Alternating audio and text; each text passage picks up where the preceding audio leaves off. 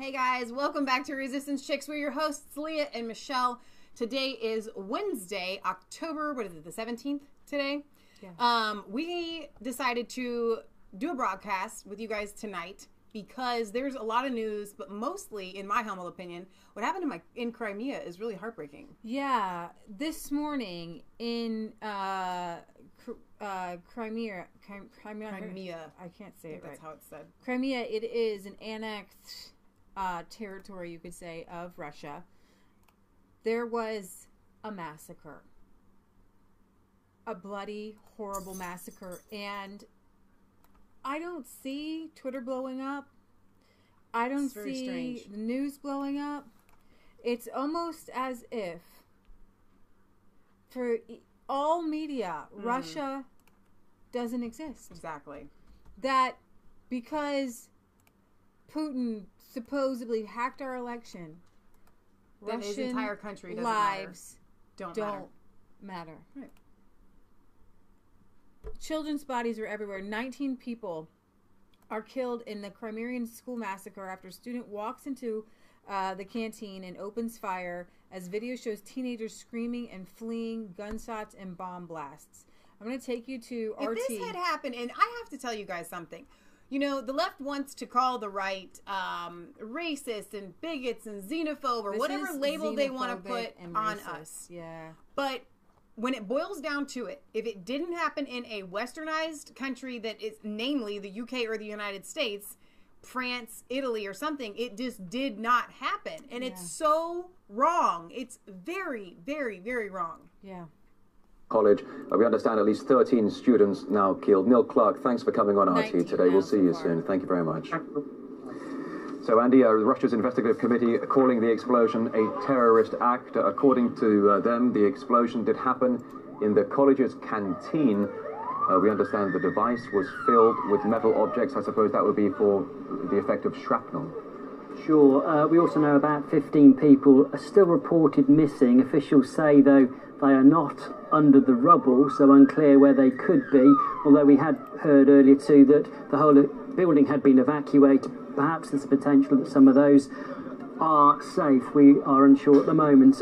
In total, though, the death tally unfortunately has gone up. It was first reported that 10 people have been killed. That's now up to 13, and we know that 50 people have been injured.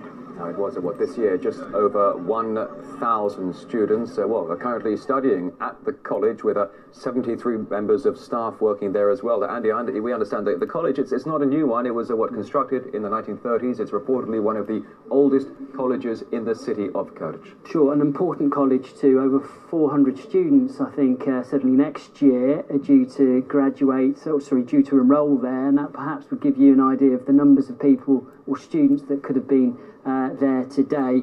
Most of the students, it seems, are teenagers too. That's right. Another fact that's come in. That's right. Vladimir Putin ordering the injured to be taken to Russia's best hospitals for treatment.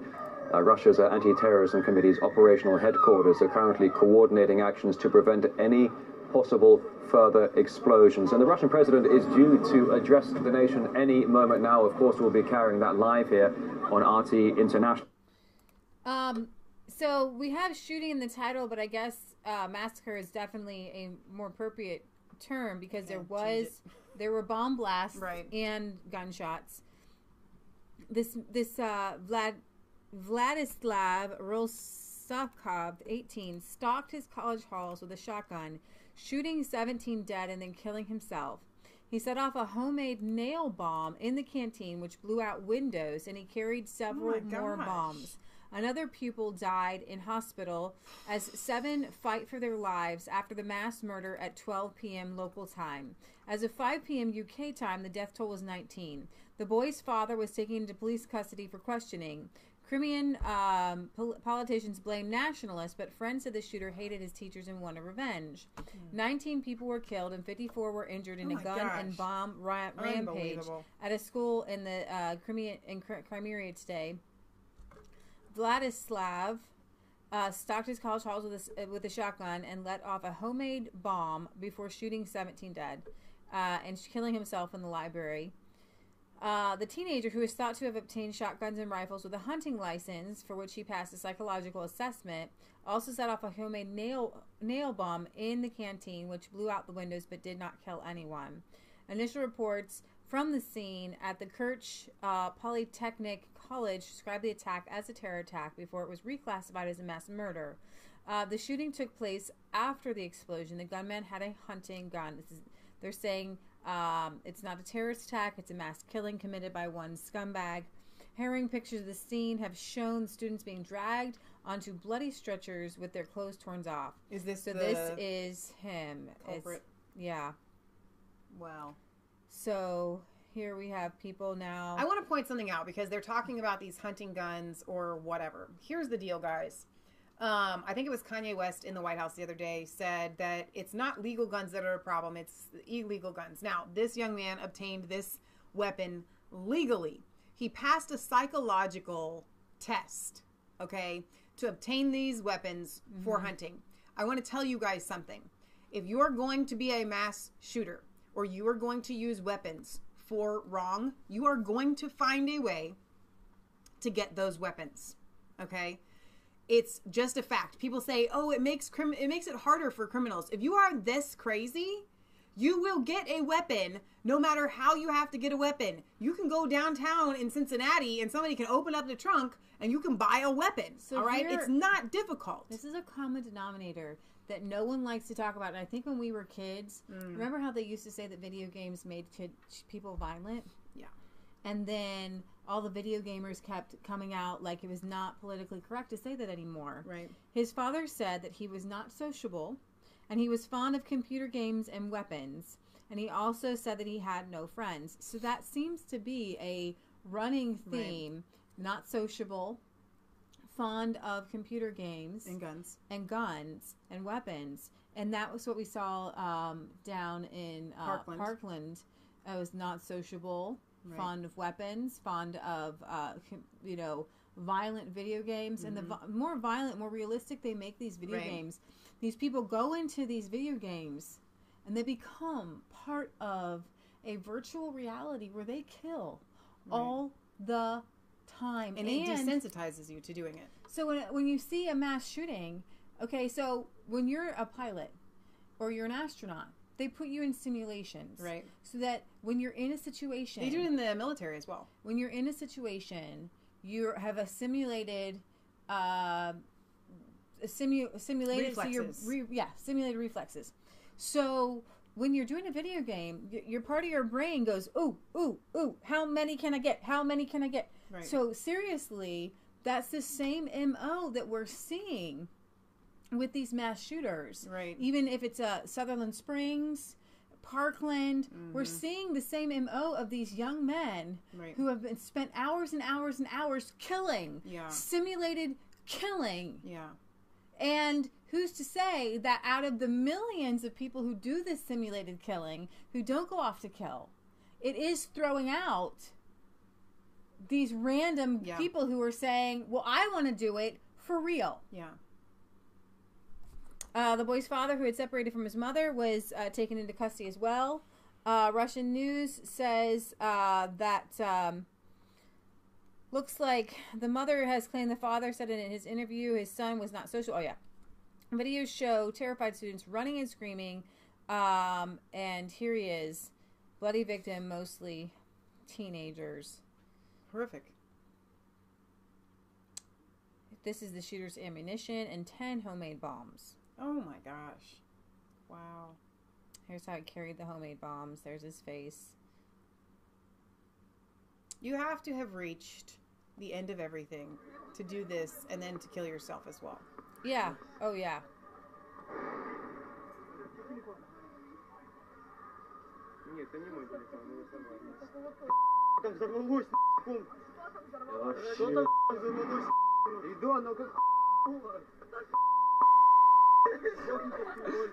These kids are laughing because they don't understand what could be going on. Are they laughing or crying? They were laughing.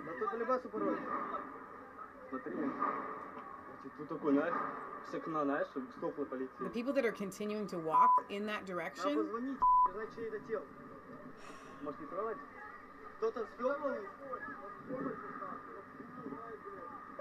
There's screams. You can hear screams. There is an unmistakable sound in this world, and that's the sound of a shotgun.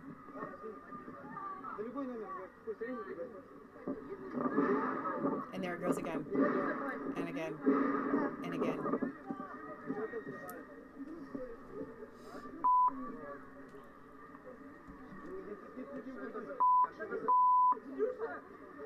Why aren't they running the other direction? If I hear the sound of a shotgun on a school campus, I'm not sticking around. And people screaming?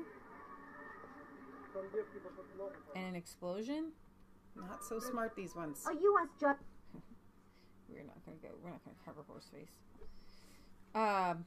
Here's the building, which looks like it was bombed in the rampage.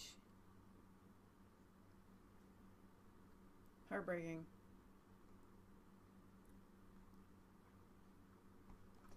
Here's the deal. We watched that video, and we had time to talk. Here, pause that for a second. Throughout, while we heard the first shotgun sound. The same. Kapow. Yeah. Kapow. Kapow. There was, I don't know how long of a time it was between the first shotgun fired and the last shotgun fired. Right.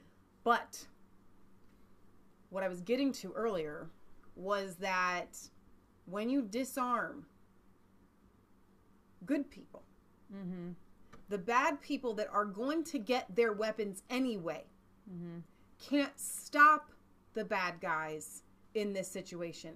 Okay? There is a reason to run toward that sound or to go toward that sound like these irresponsible young people were doing. And that is when you have the wherewithal and the ability to stop the shooter because you have your own weapon. There have been lots of stories where people have heard gunshots and ran to their car and got their gun out. And that's what really bothers me about the left argument of wanting to take away all guns. Because they live in some sort of fantasy world. And pepper spray. They live in a fantasy world where Criminals. if good guys can't get the guns, then bad guys can't get the guns. And I'm here to tell you, especially to the left that's not watching me right now, but I'll still talk to them anyway. Those of you that want to keep, let's say in America, the wall from being built, they're going to continue to run illegal guns across that border. So your fantasy world of, well, if we just make it very difficult for people to get guns, then the bad guys won't get guns either, and these sorts of things won't happen. Well, you don't want the wall built, so you want all the weapons and you want all the drugs coming over the border. You're enabling. You, the left, that's not watching my show right now, are enabling this sort of thing to happen. So I wanted to just make sure that we keep them in our prayers and our thoughts and our prayers. If you're just joining us, Mike had asked, where was this shooting? It was in Crimea, which is an annexed part of Russia. Yeah. At a college. Yeah. So a lot of these kids were actually still teenagers. Yeah. That died. Yeah. But we can't really talk about it because it happened to Russians, and who cares about what happens to Russians? All right, we start off this hour with tragic news coming out of Russia. A bomb went off at Kirch College in southeastern Crimea immediately, followed by intense gunfire. Witnesses describe a gunman running around the building with an assault rifle shooting students. I could have been dead now. All my people were shot down. Children died. My colleagues are dead. The explosive used to launch the attack was an improvised explosive device filled with metal fragments designed to maximize the lethality of the blast. The attack killed 19 people and injured 50. It is being described as a terrorist attack. The suspected gunman, Vladislav Rosolyakov, was an 18-year-old student at Kirch College. Rosolyakov took his own life, shooting himself after carrying out the attack. Russian President Vladimir Putin offered his condolences to those affected via his presidential spokesperson and ordered emergency services to get the situation under control. Information about the number of casualties is being handled. The president offers his deep condolences to those who lost their relatives. The president has ordered the emergency services to undertake urgent actions. to assure the urgent transportation of the injured to the country's best hospitals. The president has ordered the security services to undertake measures to establish the cause of the incident. We're waiting for that information. With Crimea in question, we are joined now by former Pentagon official Michael Maloof. Welcome to In Question, Michael. Something I found interesting about this tragedy is the way Russian media and authorities characterize the attack immediately as terrorism. In the United States, we often wait to confirm the identity of the perpetrator and only categorize it as such when it's someone of Muslim descent responsible for the attack. What do you make of this? Well, I think that given the way that it went off and the initial reports that there were many individuals possibly involved, and given the initial descriptions, and then in the aftermath they did further investigation and realized it was actually one person. The explosions would be another. It has the methodology of Islamic activity, but authorities did not immediately jump to conclusions that it was Islamic. Mm-hmm. There have been other cases in the past where it was not Islamic, but most of those who have committed these incidences have been Islamic. But that's not. It brings up the point that terrorism doesn't necessarily have a race. That's the right. question of terrorism is what exactly the attack is and what. So, my takeaway from this story is the fact that I don't really see the Western media jumping on this, caring. I'm just shocked. These are people. These are innocent civilians, right? And the fact that we have been told and taught to hate Russians. Yeah. Like, I'll post anything on Facebook, and I get Putin's awful and Russians are all communists or something crazy like that. These people aren't all communists. I mean, these are just regular, normal people who are getting up and they're coming out of communism and they're living, trying to live normal, regular, everyday lives like everybody else. Right. And they're just wondering, when will the world care about us again? Well, and I think that if the left could find a way to spin it to their advantage so that this one young man who committed this act could represent all of Russia, that we would hate him and all Russians and then still kind of have sympathy for those that were attacked. But if this would blanket cover all of Russia, then they would go with this story. They almost don't even want to do the gun control angle because then you'd still have to care about the victims. Exactly. No, you're so right. You're absolutely right. It's really, really heartbreaking. And so our prayers, like you said earlier when I kind of interrupted you, go to the victims' families because this is horrific, and to those that are injured. I think it was 54 that are still injured, that are in the hospital. Yeah. All right. Are you guys ready for this? I don't think you're ready for this. Oh, come on. While we're on the gruesome, and I feel like we did not cover Crimea as long as we should. Hopefully we can come back to you and give you some updates. So Saudi Arabia, I don't want to talk about this, has an embassy in Turkey. And some Saudi journalists who actually worked for the Washington Post went into the Saudi embassy in Turkey, supposedly to settle a divorce case, and he didn't come back out. Pause. I am never going into a Saudi Arabian embassy in any country of the world ever. I don't care if I need to get a divorce. I will be a polygamist if I need to marry someone else. I'm not going into a Saudi embassy. It is never going to happen. So the guy didn't come out. Now, first we hear from Saudi Arabia they know nothing about this. Then they say, oh, well, because their audio was recorded on the guy's iPhone watch, iWatch, whatever they call those. How did they get that audio? Because he must have sent it like live, and somebody else, he went in there knowing that he might not come back out, so he was recording. Smart man. Okay. It's just so bad. You haven't even got to it yet. So we're talking about a botched interrogation. Then they say it's not a botched. It's a murder. Then they said he did die. A torture murder. He did die. But it was really just a botched interrogation. We just went a little too far. And so we think, too far waterboarding.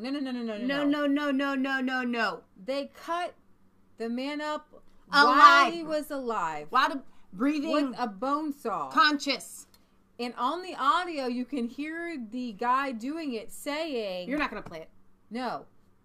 Saying, put in the music in your ears. Listen to the music. This is what I do during these kind of situations. So obviously he does this often. When I am cutting people's appendages off with the bone saw while they still living, I put earphones in my ear and listen to music so that I can stay focused. That's what he said. Saudi autopsy expert who butchered the body of murdered journalist Jamal Khashoggi, how do you say that? With a bone saw, learned his trade at Glasgow University 14 years ago. Salah Muhammad, forget it, studied pathology and how to carry out autopsy. He is a forensic expert and is head of the Saudi Scientific Council of Forensic. A tape reportedly reveals this man, Tubaji, leading the brutal dismembering of Khashoggi. The Saudi journalist has not been seen since entering the consulate on October 2nd. This man, who is accused of butchering the Saudi journalist Jamal Khashoggi inside the Saudi consulate in Istanbul, is a doctor who trained in Britain. Yes, it has been revealed. Salah Muhammad al-Tubaji, who is known as a forensic expert, studied pathology at the University of Glasgow in 2004 and learned how to carry out autopsies.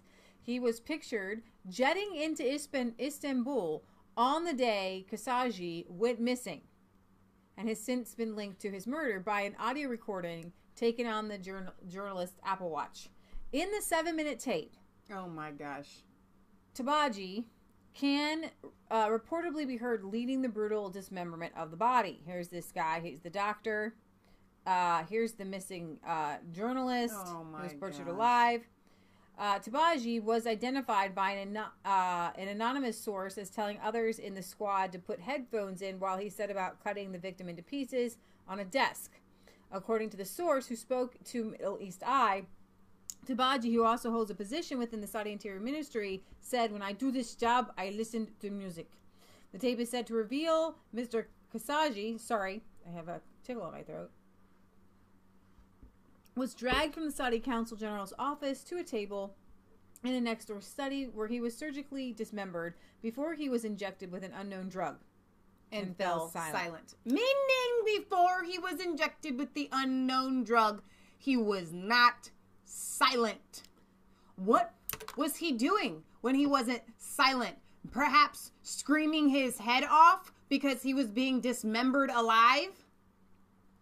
Guys, we should not have a Saudi Arabian embassy in America. It should not be a thing, okay? I want them gone now. So the Times said on Wednesday that at least 9 of the 15 who worked for the Saudi Security Service, so basically, a bunch of guys came in on an airplane. They can pretty much identify everybody because... Now, hang on. Jason Reel on Facebook Live says that InfoWars is reporting that the Saudis didn't do it. The peace deal with them is being sabotaged. So I watched part of the Alex that you're talking about. And there are some reports that it could be like CIA, it could be that's even better. CIA officials, it could be like a setup. I don't take anything for granted. I have read, BuzzFeed had an article that showed that our ex-Navy SEALs work over in the Middle East and work for the United, I know for a fact for the United Arab Emirates, but I'm guessing also for Saudi Arabia, in an article that I was reading today, and they get paid, big bucks to just take people out. So you think that it's possible that one of them went in with a fake accent, sounding like this other guy? No. That's what it would have to be. No, they're saying that the team might be our CIA team that killed the guy.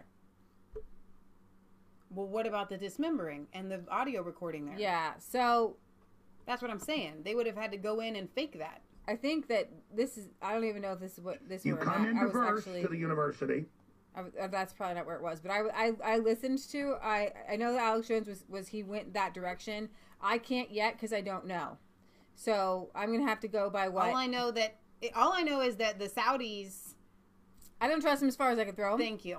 And I don't want a peace deal with Saudi Arabia. Right. I know that Alex Jones does carry water for Donald Trump. And in some cases, I think he carries the water too far. I do not, I know they're talking about this whole Arab Spring in Iran and they could have a peaceful overthrow. Well, if it's peaceful, that's great. But if it's our CIA setting up more Islamists, that's not awesome. And Saudi Arabia is the #1 sponsor of terror in the entire world. And we shouldn't have a peace deal with them. I don't think, Rand Paul is like all over this. Okay. So this is one area where Rand Paul does not agree with President Trump. And here's the thing, guys. If we separate from Saudi Arabia, and we've told you guys this before, you may not have gas to put in your car tomorrow. Right. Or gasoline may be $20 or $30 a gallon. Right. You don't understand that right now, gas prices are being held low, even right now, because Donald Trump gave Saudi Arabia a phone call and said, hey, I need you to increase production because we're putting sanctions on Iran. More of our oil comes from Saudi Arabia. Not only that, they buy our dollars. Okay, our debt. So we have this thing called the petrodollar that holds up your greenbacks. Yeah. If the basement falls out of that petrodollar and we sever ties with Saudi Arabia like they're doing with Iran, then our economy, you thought 2008 was a kid's birthday party with a scary clown. Yeah. Okay? What will happen to our economy will be the apocalypse. We're ready. You will be getting food out of trash cans. You'll be eating bark off a tree if we don't have Saudi Arabia. And that is why Donald Trump is trying to make it work, because he was actually truthful before he became President Trump. He was able to be hardline and truthful about Saudi Arabia and Syria and things like that. But once they showed Donald Trump the numbers, I know that he sat down and he looked at those numbers and he said, how can we make this work? Because this country is not falling apart on my watch. Well, not only that, but I think he knows that that a collapse could happen in a soft landing type thing, but he hasn't put all the you know what I mean, the underbeams shored up yet. I didn't get a chance to show you this interview between Laura Ingraham and Mike Pompeo. And Laura Ingraham called out Mike Pompeo on our relationship with Saudi Arabia. And he sidestepped it. And I'm going to give you my interpretation, because the way he said it was, there are bigger issues at hand with our relationship with Saudi Arabia. Basically saying we can't mess this up, or our economy literally, it doesn't implode, it doesn't explode, it literally deflates to nothing. All right? Okay, so incinerates. Donald Trump says he wants all the facts to be out there. Mike Pompeo says, I don't want to talk about any of the facts. They don't want to either. He got on an airplane. Mike Pompeo ran all the way, flew. Stuart the Brit says, Michelle, I thought America is now self-reliant with oil and gas now. If you call reliant on Saudi Arabia, yes. We do have some output, but there's no way. Our gas prices are literally tied to the output of Saudi Arabia. So if Saudi Arabia output goes down, our gas prices go up. All right. Speaking to reporters during his trip to Turkey, Secretary of State Mike Pompeo repeated his comments about the Saudis promising a thorough, transparent investigation. I'm sure they're going to investigate themselves. Very well. No, not going to happen. They told me they were going to conduct a thorough, complete, transparent investigation. Transparent. Saudi Arabia is thinking transparent. I don't think so. No. Nobody from the Trump administration has responded to the latest explosive allegations about Khashoggi's death, though it's worth noting that Turkish officials who have spurred claims about Saudi's role in Khashoggi's disappearance haven't produced any tangible evidence. While President Trump would love it if the Western media, along with prominent executives in tech and finance, would buy Saudi Crown Prince Mohammed bin Salman's claims that he had no knowledge of the confrontation at the Saudi's consulate in Istanbul that's believed to have precipitated the killing of the insider turned Washington Post columnist Jamal Khashoggi. Yet more evidence has emerged this morning to contradict the official Saudi narrative. Trial balloons floated by the kingdom in the Western press, as well as Trump's own suggestions, point to rogue operatives. But in a story published last night, the New York Times managed to corroborate Turkish officials' claims that several suspected members of the 15-man hit squad have been directly linked to the Crown Prince. And now, what has been billed as the first glimpse of the grisly circumstances, it took him 7 minutes to die, but was probably the most gruesome details. They started cutting on his body while the journalist was unconscious, but still breathing. I don't take anything Turkey says seriously. Oh, come on. I mean, they seriously. obviously have their own motives here. And so we don't really know what's going on. I can tell you, we don't really know what happened. I don't care about a Saudi journalist. I don't, honestly, I'm going to be honest, I don't really care about him. But what's happening here is insane, and it does show you the extent to where some of these countries are going to go. Tim Smith says, in relation to us being independent for gas and oil, says we kind of are. There's a lot of oil and gas up in Lisbon, called the Lisbon Field, up in Alaska. It's been that way since the 70s. Tons of oil. But then he says there is no money in peace. Money comes from selling things and breaking things and blowing things up. Rand Paul says, he wrote an op-ed, and he says, it's a fact that the Kingdom of Saudi Arabia is the largest sponsor of radical Islam on the planet, and no other nation is even close. Patriot Gallery. It isn't enough to talk tough and then give the Saudis what they want. We have to force their hand into real reforms internally and abroad. Just a quick lesson here. In Christianity, there's a really important scripture in Thessalonians that nobody pays attention to. But God said, do not be dependent on anybody. Mm-hmm. It's a really important thing. Now, if you're a globalist and you're an evil man or woman, you want people to be afraid that they need you. Right. So you can control them and lead them. And people don't know what independence means anymore. Mm-hmm. You don't know that you are dependent on somebody for everything. Instead, we're in Christianity. It says, don't be dependent on anybody. Oh, no man, nothing but to love him. And we're supposed to be dependent on God. And so our country was founded where everybody had a farm, everybody cut their own firewood, everybody had their own horses, and people were independent because they read the Bible and said, do not depend on anybody but God.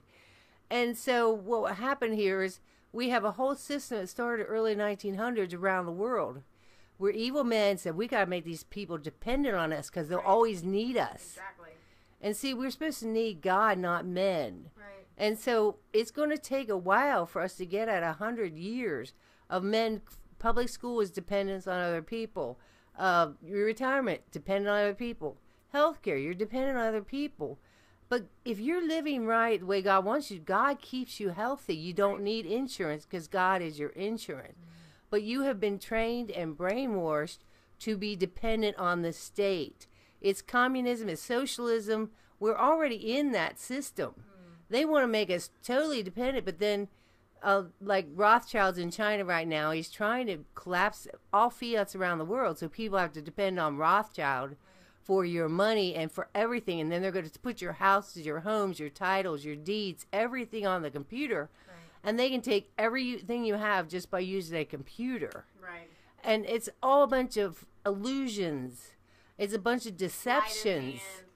Whereas if you look at God, you know that you own your land. Yep. Right. But you need God's power and strength to defend you and protect you and keep you safe. And you have to have faith in God that he will be there. And his power is there to protect you. But you have been trained.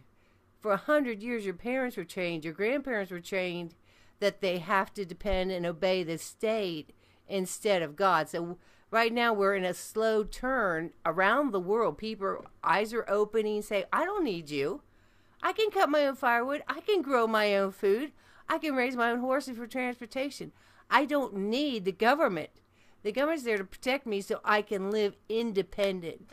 But the government's turned around and wanted you to be dependent on them, and then they're getting all this fake wealth from just printing it up, and it's all a deception and lie. And through God, our eyes are opening, and we know it's very important to be independent as much as you can, but you can't just do it on your own. I know a lot of people are taking their money, buying farms, things like that. You can't just do that. You have to be led by God, because land is a gift from God. So we see that over and over again in the Old Testament. America came here. The Indians were like Saudi Arabia. They fought each other all the time. We did not wipe out the Indians like everybody likes to say. They were fighting each other all the time. We brought peace to the land, peace to this country, and we stopped the Indian wars. They war and they fought, and they just killed each other, and they abused their women. They abused their children. They abused Not all of them. Not all of them. Some of them. But they didn't have government. They were anarchists. Some. There's different tribes. You can't just say all. But the chief made all the choices and decisions. There wasn't any voting. There wasn't any elections in a tribe. Where we brought Jesus Christ. People make their own choices, their own decision. And if your tribe moves here, you don't have to move with them.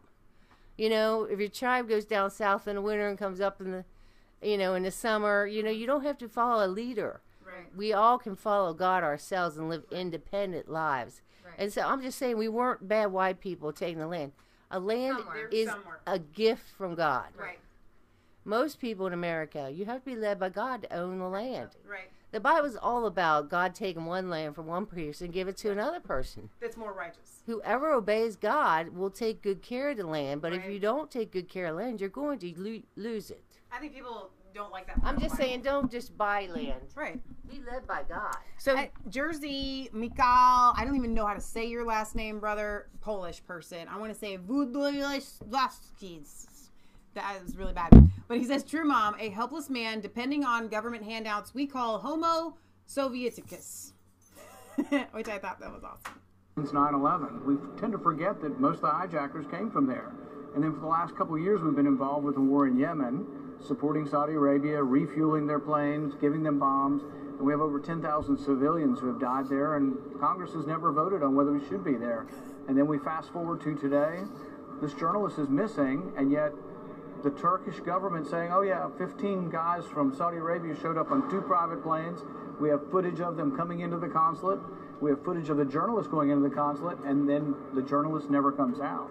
And, so his fiance is saying he's missing, and then some are presuming that he may have been killed. And I don't know how we can sell arms to a country like Saudi Arabia that really, they are the largest state sponsor of radical Islam in the world, and yet we continue to sell them arms. I'm for stopping it. So I've introduced legislation today to say that we shouldn't sell arms to Saudi Arabia. Completely shut out of all arms. Shut it down. I'm not saying never, but for now.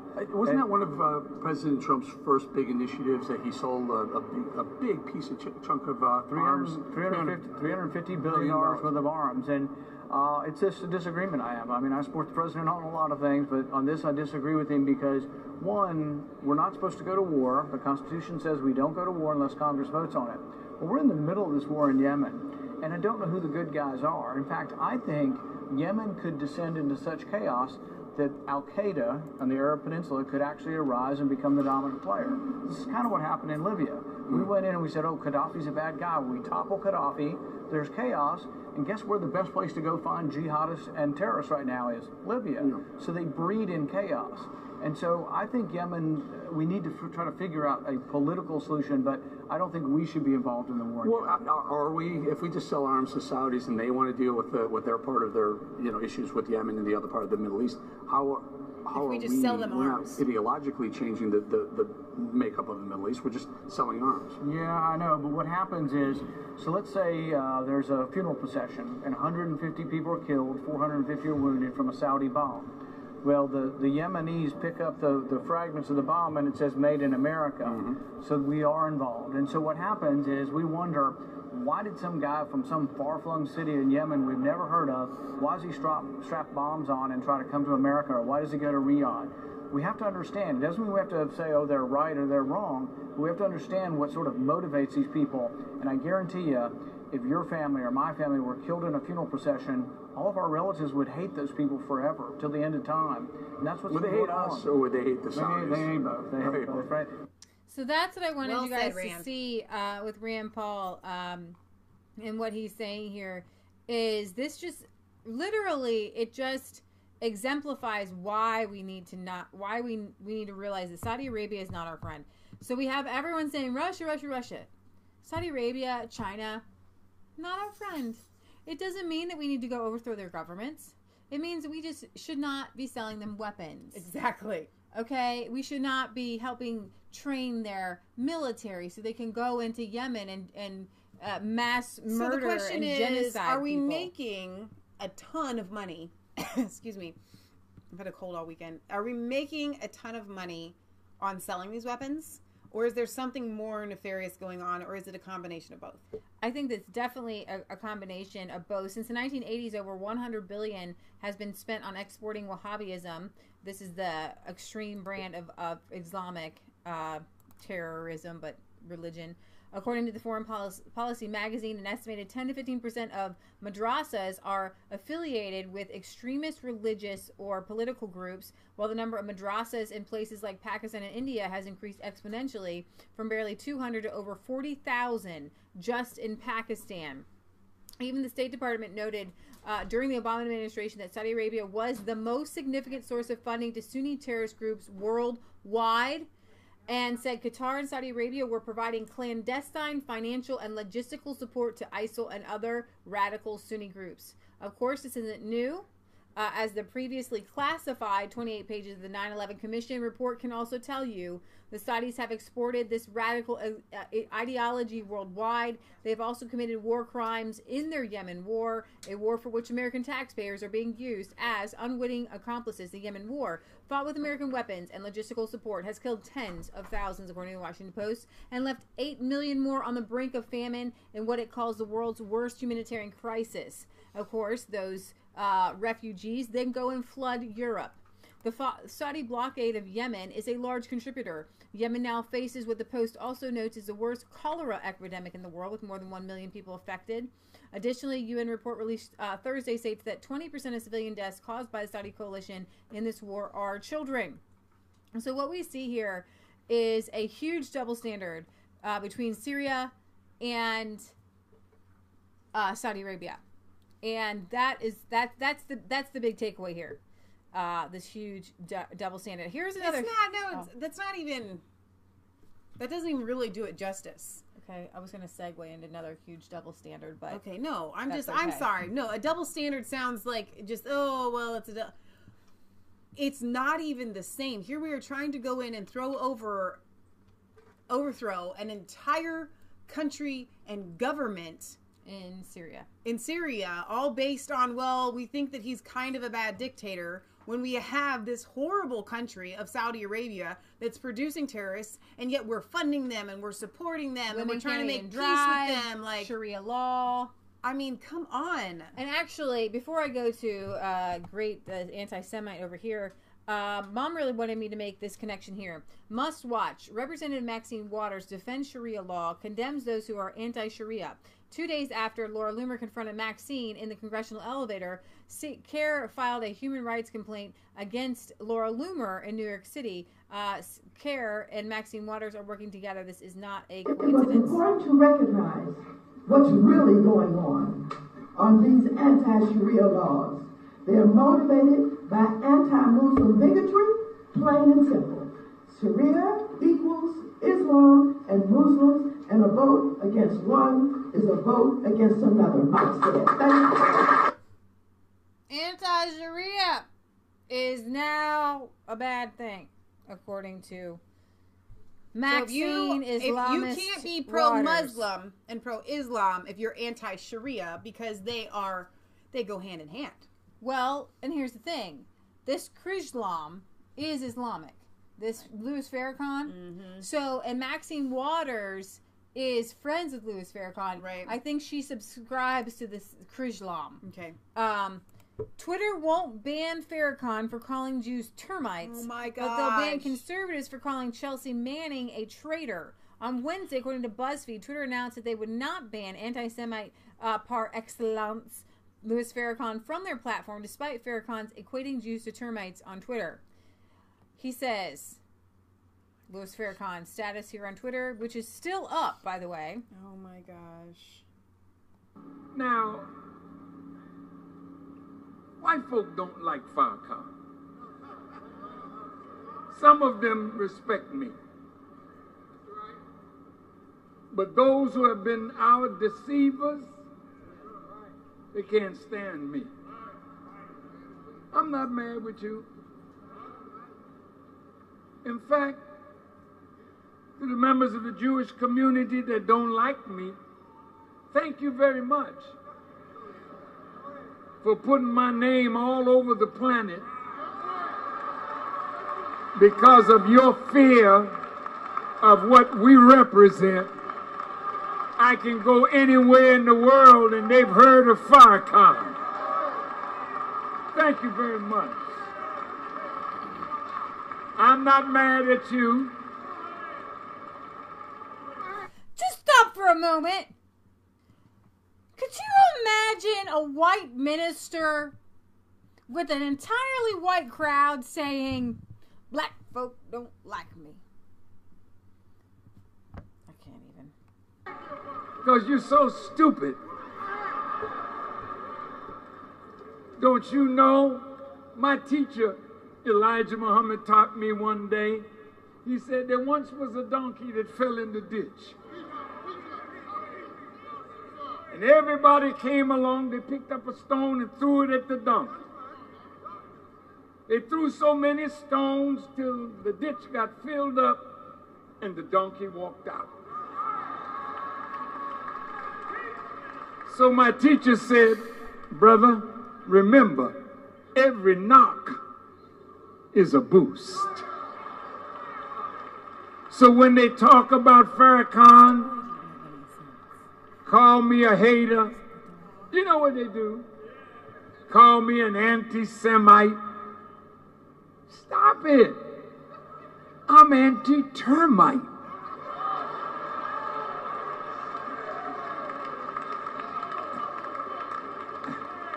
I don't know nothing about hating somebody because of their religious preference. What does that even mean? I don't even know. I'm not an anti-Semite. So a donkey falls in the ditch. And people throw a bunch of stones on the donkey.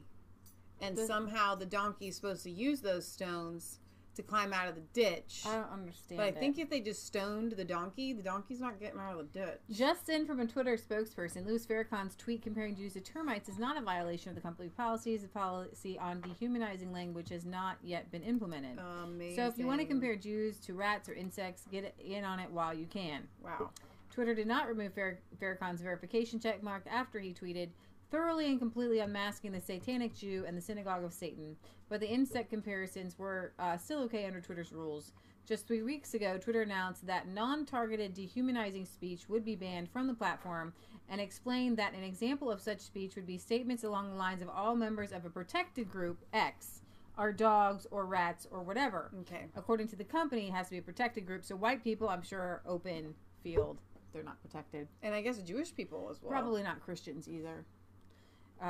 Those rules have not yet taken place. Still, conservatives have been banned from Twitter for unspecified reasons. Gay Patriot and a popular conservative account run by Bruce Carroll was banned from Twitter this week. He wasn't given a reason. Instead, he was sent the following missive. Update on Gay Patriot suspension. He's now permanently banned for being hateful. Here's a screenshot of the email he received. We don't know what it was. He was originally suspended for calling convicted traitor Chelsea Manning a traitor, and for calling Chelsea Manning by his original name, Bradley.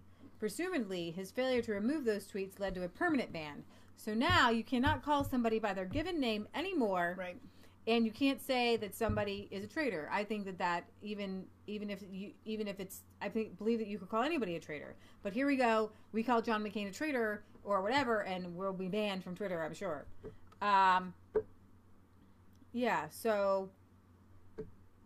And also, Twitter, Jack Dorsey was being interviewed, I think yesterday or just recently, and he was asked about his free speech. He said, we want to be the free speech platform for the free speech party. And he was asked about that, and he said, I was just joking.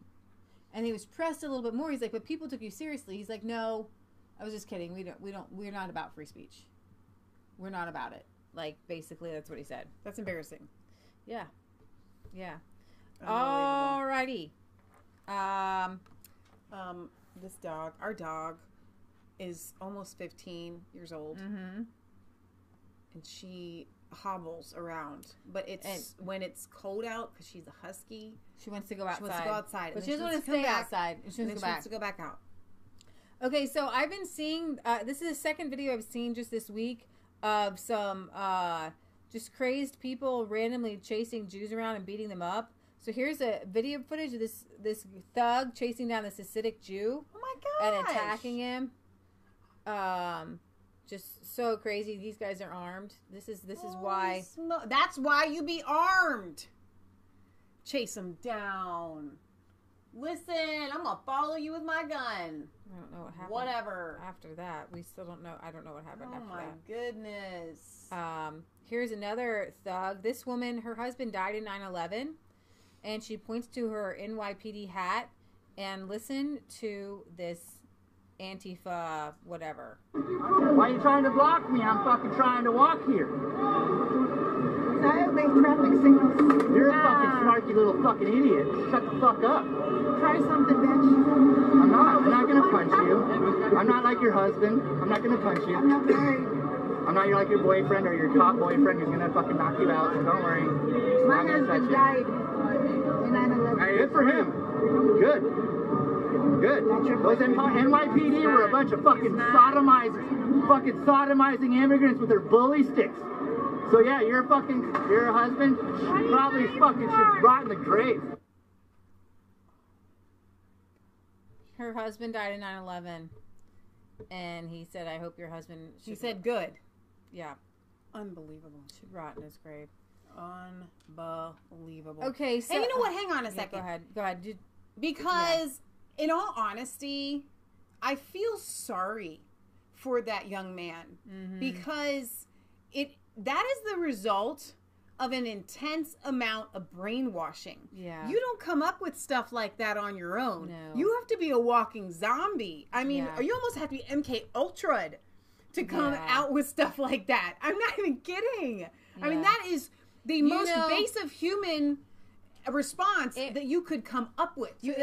It reminds me of when we did a Christian haunted house that was scared the hell out of people, literally get them saved. And it was like the 6 major causes of teenage death. There was a suicide room, car accident. It's at Guts Church in Tulsa, Oklahoma. It's called The Nightmare. It's going on right now, the entire month of October. If you guys live in Oklahoma, you probably have already heard about it. Yeah. If you live in the states around it, you can drive there and check it out. It's called Guts because it takes guts to be a Christian. Yeah. So I was, if you can imagine, in the gang room. Oh, they can imagine. They had a gang room where we would line everybody up and you'd get up in their faces and you'd say things, insulting things to people, which probably you can't do anymore. Oh, I'm sure, no. But I would try not to do personal insults, but I got really good at it. And it was kind of fun. Well, the idea is that you would pull out things that, like you smell like a homeless man's underwear or something like absurd. Yeah. Yeah, I would just go over a list, But anyways, imagine that, but like with evil intent. Oh yeah. And that's what he's trying to do. Like he's probably paid to just harass and things like that. But now his face has been broadcast everywhere to the entire world, and I'm gonna take a wild guess and say that he's lost some friends and he's had some major shaming, and he probably regrets what he did. Right. I'm wondering if he hasn't come out with an apology. So there is a caravan, another migrant caravan headed through South America. It's from Honduras, and they're headed towards America. And Donald Trump has informed these countries that if they continue to allow these people to make their way to the United States, Donald Trump is going to cut U.S. funding to these countries. He says, we have today informed the countries of Honduras, Guatemala, and El Salvador that if they allow their citizens or others to journey through their borders and up to the United States with the intention of entering our country illegally, all payments made to them will stop. I love how he then added "end" in parentheses, like just to make it clear. So this is footage in Honduras giving cash to women and children to join the caravan.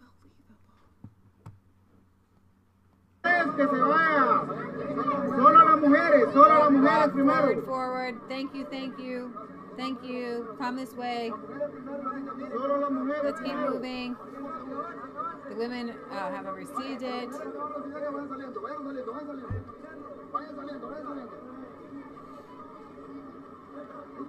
There's two guys there in white shirts.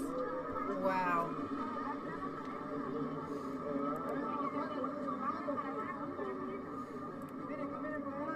So you think it's Soros? Yeah, sounds like anybody that's got cash. Who else would be giving out money like Easter candy?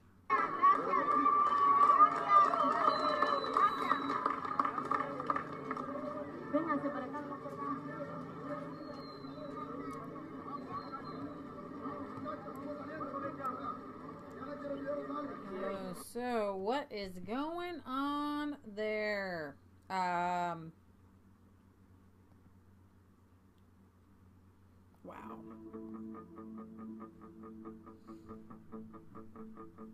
Just walking. The goal is the U.S. border.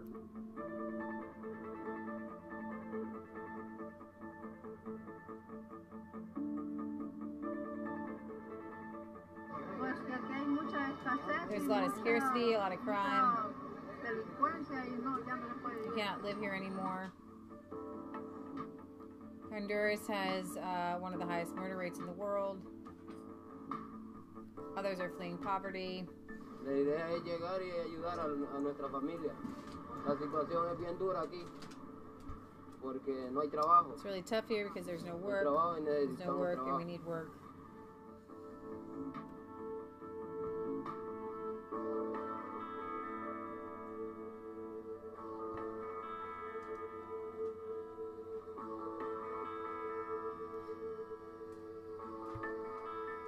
Son miles de hondureños y hondureñas muertas en territorio mexicano. There are thousands of men and women who died in Mexico. We don't want them. There was a U.S.-backed coup in 2009.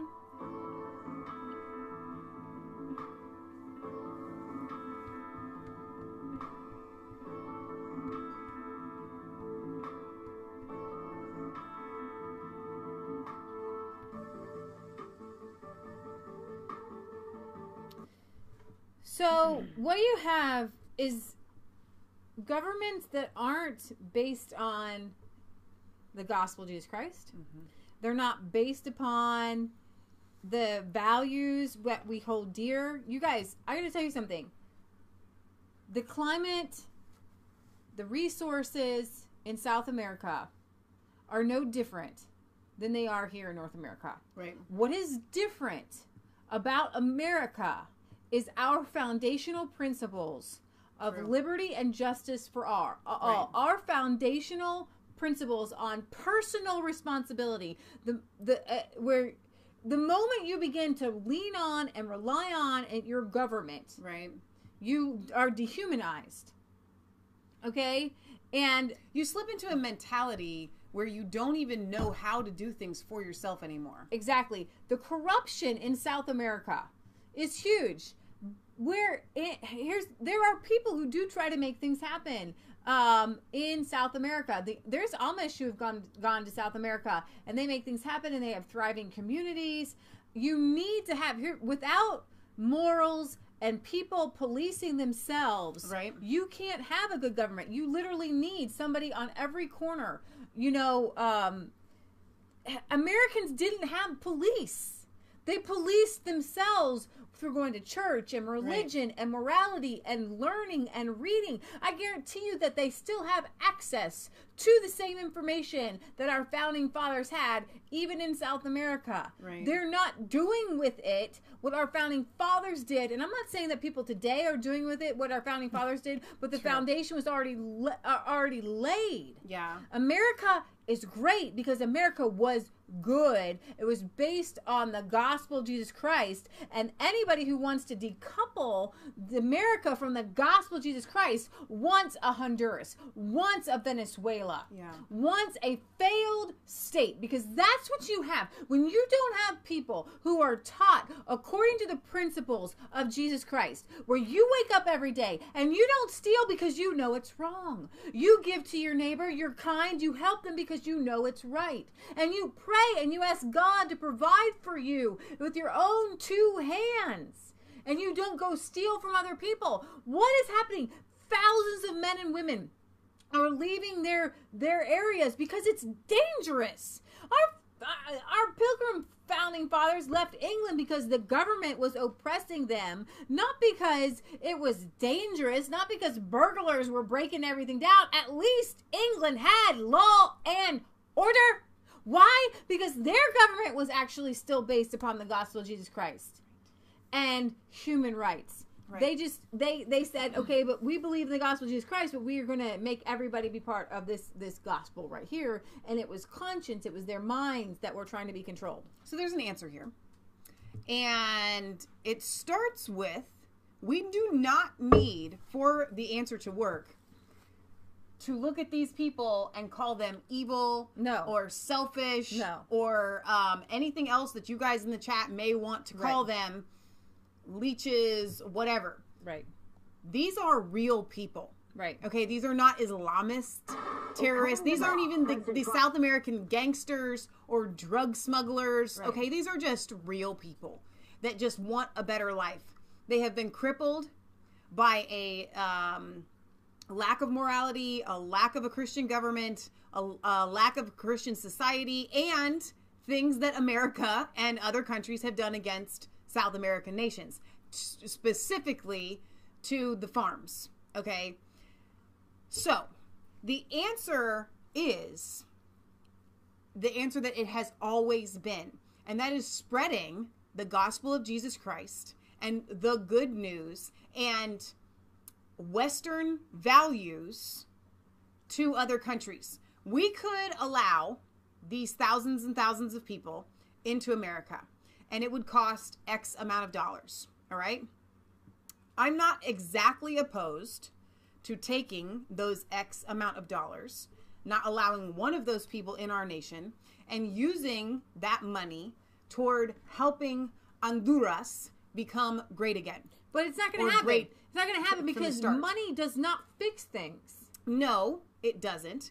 But by putting your foot down, like Trump is, okay, and saying, listen, we're not going to allow you in our country, but if you would like our help and you would like a handout from the United States, you have to follow these set rules, okay? I'm not saying that it is an answer that would actually happen, but I'm saying it's an answer that you could offer. And of course, yes, they may throw it back in your face, but at least in your own conscience, you would be able to say, all right, we tried to help you guys where you are at, to make Mexico great again, to make Honduras great again, to make Guatemala great again, or whatever you want, however you want to say it, okay? Because America does have some responsibility to take for what has happened in South America.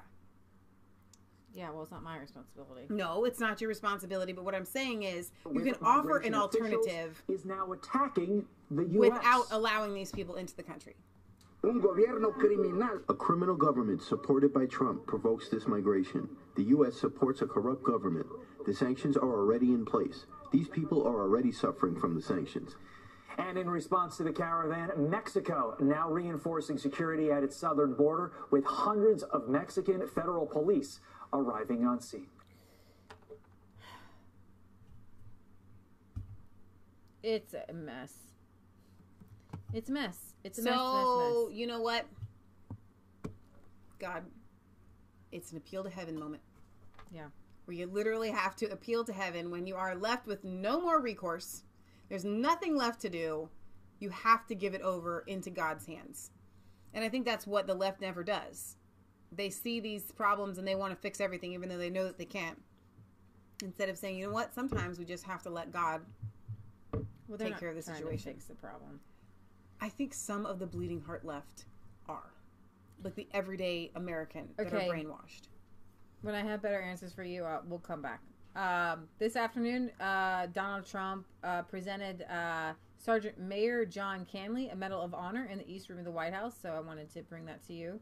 On 6 February, during a fierce firefight at a hospital compound, Gunnery Sergeant Canley twice scaled a wall in full view of the enemy to carry wounded Marines to safety.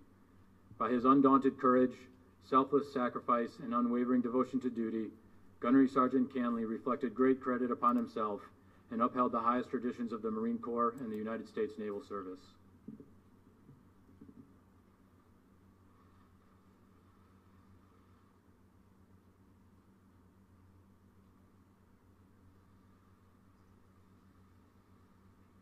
That's pretty fancy metal. Yeah, you think they make the little thing a little bit longer? No, they want it to be right there. Yeah. That's great. Trump patting him. Okay, it's done.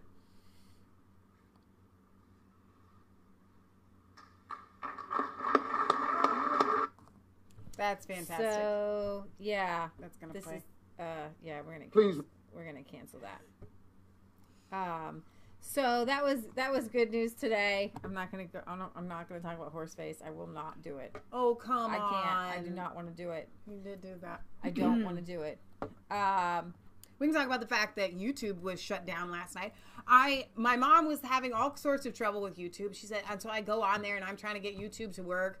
And there was a Mom, we'll just have to, fix your computer later. I don't know what to tell you. So I'm out here and I'm trying to play our piggy video from yesterday for Kansas, who had not seen. I said, you need to see our piggy video. It's so cute. And I can't get the video to play. And I'm like freaking out. It won't play on our www.resistancechicks.com website. I couldn't get it to play anywhere. And so I'm like, hang on, Leah. So I go to YouTube, can't get any video to play. I said, something is amiss. I said, I think that this might be, what was the word I used? Not nefarious. Nefarious, yeah. You said I was nefarious. Like, something is amiss. You need to see if this is going on worldwide. I said, you need to check Twitter. Girl goes to Twitter and she says, YouTube is down worldwide. What happened last night? What kind of major across the board bug were they trying to plant in every single person's YouTube account? I don't know. It was gone for like 7 or 10 minutes, or it was actually longer than that. I don't know how long it was out for, but it was a long time. I should know that if I'm a news reporter, but I don't. But it was a while. So there's your news. We talk about Facebook censorship all the time. Mm-hmm. The Supreme Court has decided to hear a case. On whether users can challenge social media companies on free speech grounds. Hot dog. The Supreme Court has agreed to hear a case that could determine whether users can challenge 1.5 hours. So what says? Thank you. Companies on free speech grounds. The case, Manhattan Community Access Corp versus Halleck, centers on whether a private operator of a public access television network is considered a state actor, which can be sued for First Amendment violations. The case could have broader implications for social media and other media outlets. In particular, a broad ruling from the High Court could open the country's largest technology companies up to First Amendment lawsuits. That could shape the ability of companies like Facebook, Twitter, and Alphabet's Google to control the content on their platforms as lawmakers clamor for more regulation and activists on the left and the right spar over issues related to censorship and harassment. The Supreme Court accepted the case on Friday. It is the first case taken by a reconstituted it's the first case that Judge Kavanaugh will hear. Here's the thing. You would think that all the people on the left on the High Court would be for free speech. You would think. They're the liberals, right? We got they're the Berkeley ACLU, right? Yeah. Right? They're the people who are like, we burned our bras for this, man. But they see that the left is censoring conservatives here, that the pendulum is literally on their side. Mm-hmm. But if it was on the other side and the tech giants were all conservatives censoring leftists, they would they would open up everything, right? So Gateway Pundit uses this opportunity to explain their own censorship, which is huge, by the way. In 2016, they were one of the few conservative sites that supported candidate Trump, along with Breitbart, Drudge Report, InfoWars, Zero Hedge, and Conservative Treehouse. All the others were not supporting President Trump. In 2017, Harvard and Columbia Journalism Review found that the Gateway Pundit was the fourth most influential conservative news source in 2016. Because of this, they were targeted and have seen their numbers related to Facebook and Twitter decline dramatically. In February, Facebook launched another algorithm change to their platform. With the changes, they saw their traffic dwindle even further. Algorithmic changes caused President Trump's engagement on Facebook posts to plummet 45%. Facebook is doing this to a number of top conservative sites. A Pew study found 71% of Americans see how tech giants are censoring political content. A Gateway Pundit June study of top conservative outlets found that Facebook eliminated 93% of traffic to top conservative websites. Facebook began stamping out conservative news in January 2017. Top conservative sites have seen a 93% decrease in traffic from Facebook since that time. From 93.7 million to 6.8 million. And those were people probably going there to find it themselves. Wow. Let's see. So there's a link here they're talking about. So I'm hopeful. Here is an example of this censorship. This is infuriating. Facebook deletes a disabled veteran's page without warning after taking $300,000 of his ads. Facebook blacklisted this the conservative news pages run by disabled Air Force veteran Brian Kolfage with no warning or explanation. And he had actually spent about $300,000 on Facebook advertising. On his new website, which aims to put an end to social media censorship, the Air Force veteran and triple amputee. So here he is. Come on now. Making a living. Providing for his family because he served his country and had 3 limbs taken off. So you don't think that, do you think he's taking his disability? That he would be deserved? Right? On top of all of this, I doubt it. They literally cut off his ability to he was ingenious. He was ingenious to come up with a Facebook kind of business. Unbelievable. He says he's a veteran of the United States Air Force. He was severely wounded in combat on 9/11/2004 while serving in Iraq. 2001, but I lost both my legs entirely and my right hand. I was the most severely wounded U.S. airman to survive. Oh my God! He said, "I'm not a conservative. I'm not a liberal. I'm American with deep beliefs in what our country stands for. I proved this by vowing to protect and fighting for America's greatest tenet, free speech. Many Americans have fought for these political freedoms." And on October 11th, Facebook shut down thousands of Facebook accounts, and one of them was his. He was the administrator of a number of Facebook pages, notably the pages Right Wing News and Military Grade Coffee, both of which were deleted recently as Facebook attempts to crack down on what it considers misinformation on the platform. Right Wing News had more than 3 million followers at the time of its blacklisting by Facebook.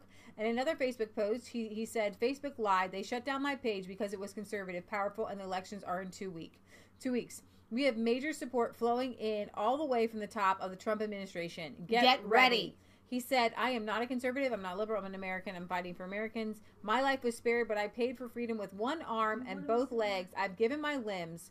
I've stared death in the face. Given his limbs, people. Right. He said that he's invested a large amount of money into Facebook's advertising system, and his pages are one of the key ways that he earns money to support his family. My income as a father and a husband is threatened. This isn't the right to free speech. I gave my legs and my arms to defend. 3 limbs wasn't enough for some. Now my livelihood is gone with it. Facebook took down our Facebook page, cutting off all contact we had with millions of people who signed up to follow us, millions of people who liked what we shared online. We had a coveted, verified blue check mark, 3.5 million fans, and I invested over $300,000 in ads. Here's the deal. His page, Military Grade Coffee, which sold coffee, was also deleted. When you guys get upset that Resistance Chicks is censored. Yeah. We do too, but here's the deal. This isn't happening to us. What happened to this guy who already gave everything but his life for our country. His family has given everything but their husband or father or brother or son for our country. This is when you really do need to get righteously indignant. Okay, now he says that he has support all the way from the top. A disabled veteran with firing Trump. back at Facebook over censorship after thing. he says that his pages were removed without warning. Jackie Banias joins us now live with Facebook's explanation as a major censorship case heads to the Supreme Court. Good morning, Jackie. Thanks for joining us. Yeah, good morning, Heather. Iraq War veteran and triple amputee Brian Kolfage says he's prepared to take Facebook to court if his social media pages aren't restored. Kolfage claims Facebook shut down a page for his right-wing news website along with his business page, Military Grade Coffee.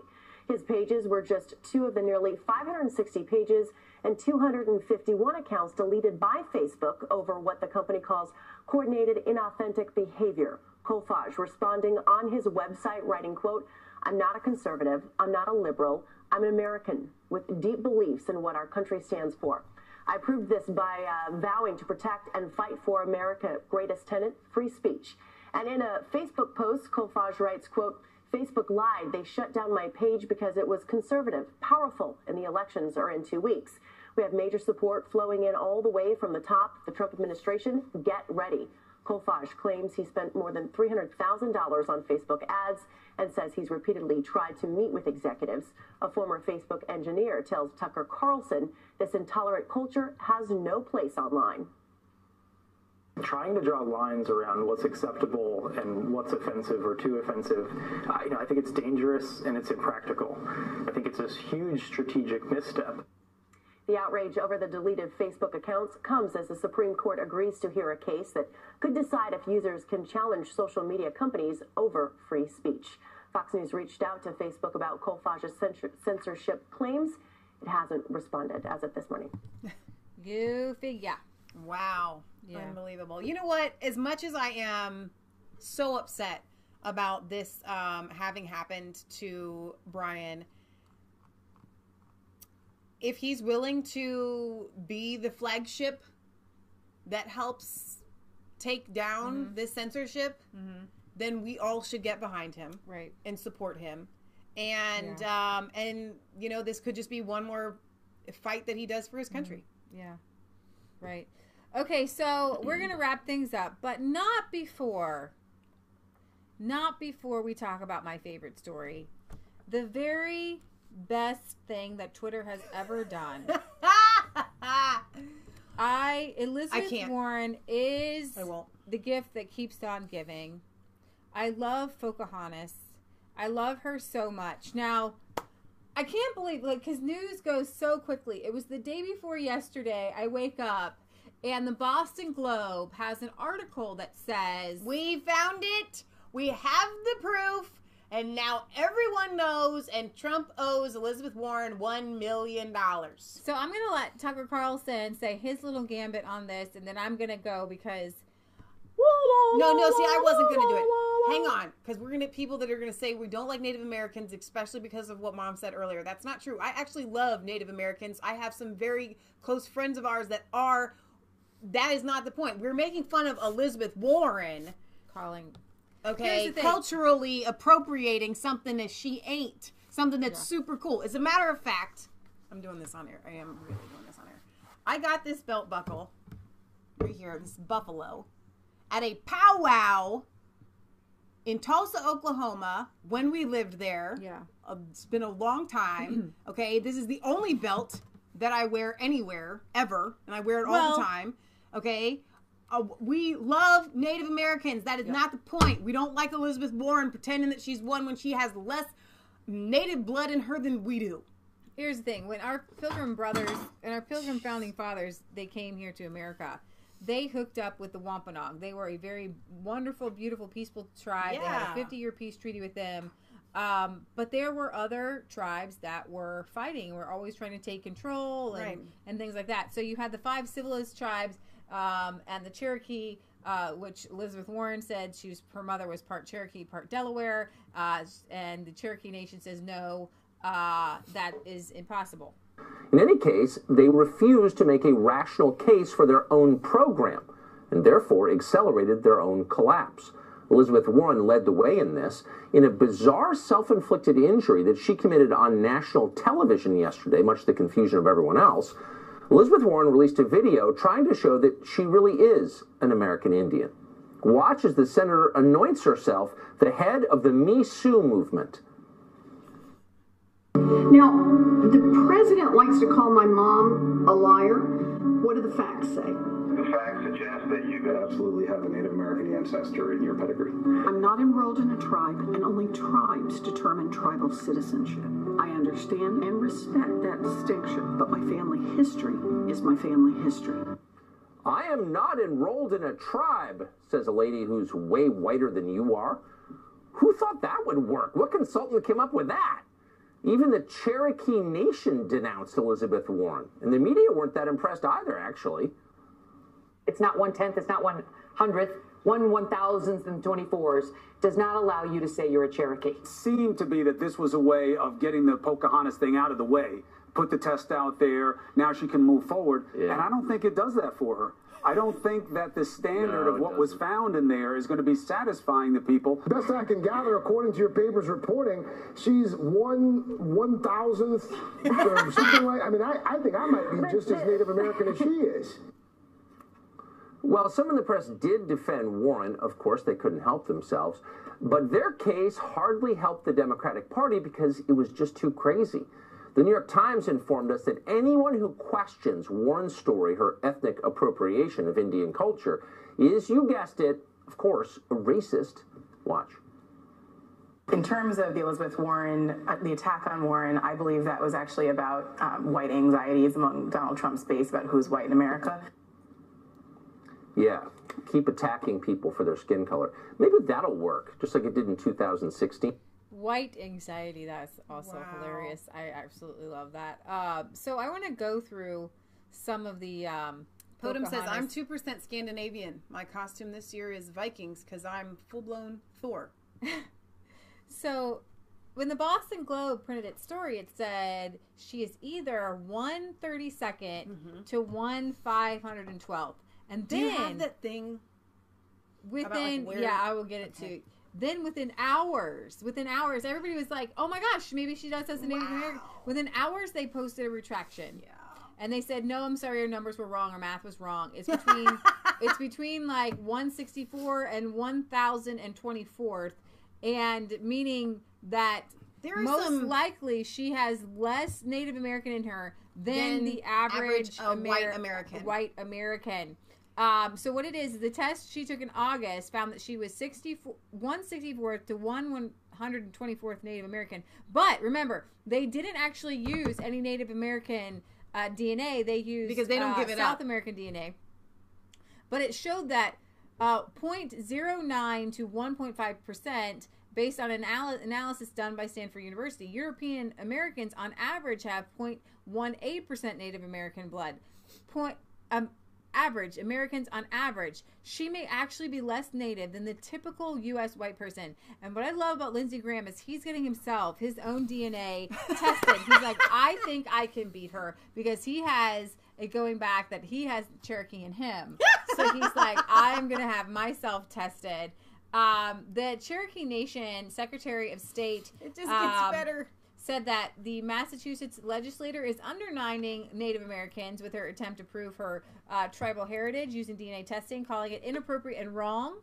Using a DNA test to lay claim to any connection to the Cherokee Nation or any tribal nation, even vaguely, is inappropriate and wrong. You have to go back to and find your ancestors connected to the list of the original. That's how they do it. So she's even showing that she's even less Cherokee than her blood says, because she's just not even using the tradition, right? Right. I mean, seriously. So now remember, she has high cheekbones, so that makes her Native American, and that's what makes me Native American too. Hoskins from the Cherokee Nation continued to dismiss the DNA results, saying it is wholly unhelpful for any national leader to cling to DNA to determine or establish their Native Americans in this country. Tribal backlash indicates Warren's tweet announcing her results, complete with an embedded video of her receiving the results. She still has it up. It's quite embarrassing. I don't. Let's just for 1 second. Go back to her reason for explaining this. She wanted to point out that not for explaining it, but her explanation for realizing that she is part Cherokee was because her grandmother, I think it was well known that her grandfather's family didn't want her grandfather to marry her grandmother because she was an American Indian. And everybody knew it. And everybody knew it so much that that's how it got passed down. It was actually her father and mother. So let's go through this list. Either way, my point is there's a possibility, Miss Warren, that half of your story is true. And for some reason, okay, Leah's telling me it's her parents. Your daddy's family didn't want your daddy to marry your mommy for some other reason altogether, which had nothing whatsoever to do with the fact that she was American Indian. All right. And if they did... I was trying to give her the benefit of the doubt that it was her grandparents. The fact that she's saying this actually happened in her mother's... All right. So here's every time she ever lied. Number one, Elizabeth Warren self-identified as a Native American in the Association of the American Law School's Directory of Law Professors in every edition printed between 1986 and 1995. Oh my gosh. After becoming a professor at the University of Pennsylvania, Warren demanded the university change her faculty-listed ethnicity from white to Native American. Oh my gosh. Warren was identified by Harvard Law as a woman of color. Harvard promoted Warren's hire as expanding their campus diversity by hiring a woman with a minority background. Warren claimed that her mother and father had to elope due to her mom's obvious Indian heritage and the white bigotry of her father's family. Here is a photo of Warren's mom. Here is a video of her telling the story. Let's start there. Okay, my mom and dad were very much in love with each other, and they wanted to get married. And my father's parents said, absolutely not. You can't marry her because she's part Cherokee and she's part Delaware. And after fighting it as long as they could, my parents went off. They eloped. It was an issue. And Well, then they were just wrong. Now, Warren submitted multiple recipes for the Indian cookbook, Pow Wow Chow, and signed her name Elizabeth Warren, Cherokee.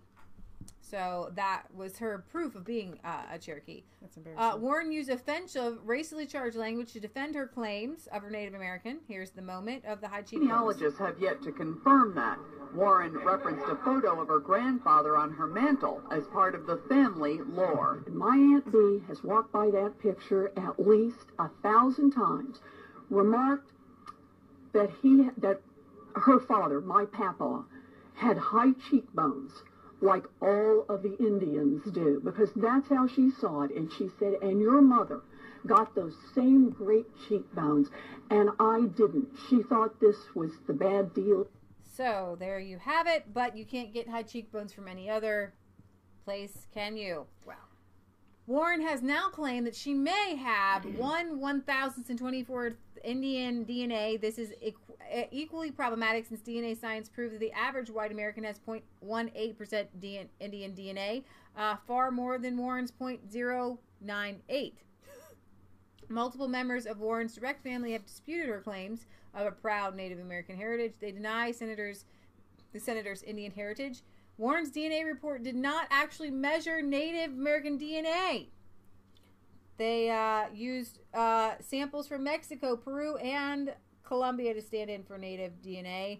And it is very difficult to argue that Warren did not commit racial fraud. She used the advantages in the system to advance her career with no evidence to this day that she is actually Native American. Now, when we lived in Oklahoma, you have to prove it. You have to be, in order to get any kind of like 1/16th. 1/16th, and you have to have proof of that. Yeah, because you can get license plates for you don't have to pay for your license plate fees and stuff like that. Mama Donna says I have more than she has, and it doesn't do me any good. So here is actual footage of Warren's family tree. Maybe this one guy. That darkness. Oh, there it is. All right, here's Warren right here. On all the possibilities, it could be that guy there. They're saying between 6 and 10 generations back. Unbelievable. She had possibly maybe one. She actually is probably Mexican. Right. She probably has some sort of, And an American Indian and an African walked into a bar. Just kidding, 2 liberal white women. You know, see, I'm really obsessed with our Pilgrim forefathers. Many, many Americans can trace their heritage back to the original group that came on the Mayflower. George Bush is one of them. Okay, I'm not done. I was going to read some of the jokes, but go ahead. I would love it if I could trace even part of my family tree back to that Mayflower, okay? Or even one of their, you know, somebody that came a little bit after that. You know what I mean saying? I can't. There is one possibility, because we've done Ancestry.com, that my mother's father, on one of the sides of his family, it ends. We can't find it, okay? But on my dad's side, we go all the way back to Scandinavia instantly. On my mom's side, we are Irish, we're German, and both my grandma's mom and dad we trace English right to Europe. I think we really are just Scandinavian, Irish, English, and German. If I had to guess, that's probably what we are, okay? Because my grandpa's side of the family name comes Cordis, so it's just we're German. So, unfortunately, we can't always have the ancestry that we would prefer, okay? I would love it. In my heart, maybe in your heart, Miss Warren, that's who you are, and that's all right. In my heart, when I go and I stand at Burial Hill in Plymouth, Massachusetts, right next to William Bradford's grave site, I feel connected to that man. I feel connected to those people. I ain't related to one of them, okay? Senator Elizabeth Warren took a DNA test and proved that General Custer had more Indian blood in him, and that was just from the arrows.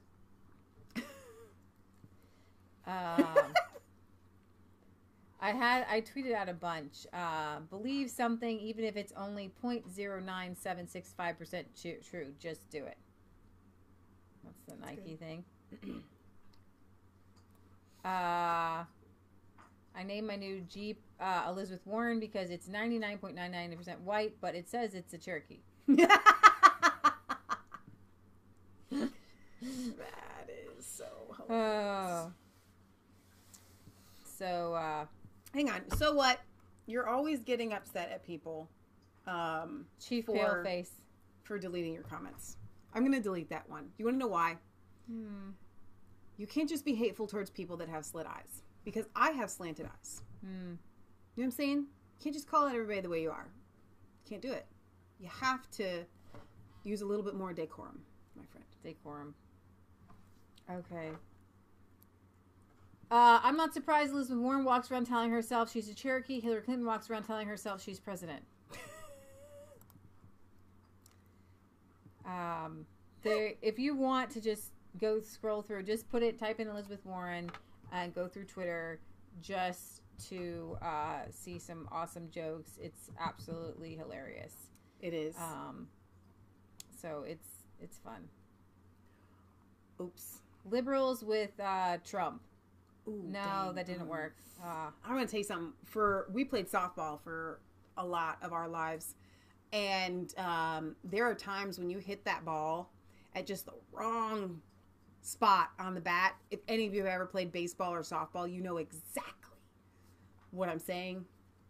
That just happened to that dude like times 100. Liz Warren DNA results. Ooh, cracker. Cracker said crackers. Elizabeth Warren people have taken "you can be anything when you grow up" way too far.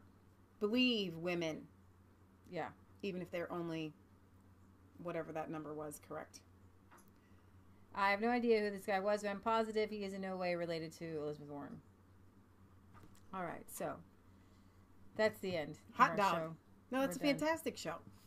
Poor Beanie. Poor Jess. No, she's actually just trying to reach these treats that she's eating, and I'm helping her. Okay. Why are people obsessed with what race they are? Well, because... Well, she gets handouts. She gets preferential treatment. Here's the thing. It's the same thing. There's a lot of white people wanting to be black. Yeah. There's a lot of white people want to be Native American because... I want to be black, man. Girl got rhythm inside. I am a black person trapped in a white person's body. Sometimes, I feel. That's a legitimate reason. Like. But for other people, it's because they want to be special. Minorities, the left and the media and everybody are picking out people based on the color of their skin, which you shouldn't be. It should be the content of their character. Martin Luther King. So we have this weird thing where you can get money, you can get status, you can get... and we have a group of young people in our country and around the world that are gender confused because little boys are told that they're, especially little white boys, that they're valueless, right? That they're not special. They're not special. And so they have to do something to get attention that makes them unique. Yeah. And we're seeing that across the board with people. Listen, when I was a kid, I want to tell you guys something. I don't know if there's anything, I don't know if they're in here or not, but I guess they're probably not. But I want to admit something live on air. I've never admitted this before. When I was a child, my mom had glasses, my sister had glasses, so I wanted glasses. And so we went to the optometrist. And you lied. And I lied. And I got glasses. Real glasses. My mom paid for them. Real glasses. And I brought them to school and I was so excited to show them to everybody. And everybody's like, oh my gosh, Michelle got glasses, which made me feel so special. And I couldn't wear them because they hurt my eyes because they were a wrong prescription. And my teacher was like, Michelle, you have to wear those glasses. You need them. And I'm like, yeah, but they kind of hurt my eyes. Prior to that, I had gotten a pair of clear glasses from Claire's Boutique and was wearing them, telling everyone that I had glasses now. I needed glasses. And my friend Jennifer, her dad, takes us to Barnum and Bailey's Circus. And I have these glasses. And I take them off because they're kind of getting in the way of me seeing the circus. And I lose them. And her dad, after the circus is over, and I'm like, where's my glasses? And he's like, oh my gosh. And so we're looking everywhere for these glasses, and I'm trying to tell him, like, it's fine, because I know they cost like $5 from Claire's Boutique, and I don't need them, and they're just glass. And I'm like, dude, it's fine. I'm like 11 years old at this time. I'm like, it's fine. I know what's going through his mind. I cannot take this child home without her glasses because those are expensive. And I literally had to tell him, I don't even know if I ended up telling him the truth or not. We went home without those fake glasses. Then I got real ones, had my mom pay for them just because I wanted to be special. So imagine that with these kids, though, they're being told they're special because they're changing their gender. Yeah. And instead of losing their glasses, they're losing their anatomy.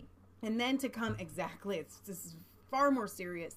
And then to come out right later and admit that you lied, it's very difficult because then you're ashamed. Why did you lie about this? Because I wanted to be special. Right. We need more programs to make every child special. All right, guys, we're going to sign off here. You're special. You're unique. Please don't go and wear glasses if you don't need them. I still don't wear glasses. Please don't lie on the charts to get glasses. Don't make please, your mama pay for that. Like, comment, and subscribe to Mass Faith 3 and Resistance Chicks. Ring the bell for notifications. Find us on Facebook. Follow us on Twitter. I'm sorry, I'm going back to the Facebook Live comments here because there are a lot that I missed. Cheryl says she is a zero wannabe only. She doesn't have to pay back her... so that she doesn't have to pay back her college tuition. Weak. Let's see. Lisa says, have made it to Jamestown. No reason Warren couldn't do hers before claiming it. Cheryl says, I paid for mine and my children's education fully on being a citizen of the Republic, all academic. So there you go. I like to go to Facebook Live sometimes before we finish off. So I really do. How about a song, ladies? I think tonight we're going to just kind of wind down. I have a cold and we need to eat. Yeah, hopefully on Friday. But thanks for asking. We'll be here on Friday at 6 p.m. Eastern Standard Time. Sundays at 1 for our UK and Euro news. Thank you guys for being here. Thank you to all of our moderators. You know that we love you and God loves you. And don't forget, It's not just a conspiracy theory. If it's the truth. All right. Good night, guys. God bless.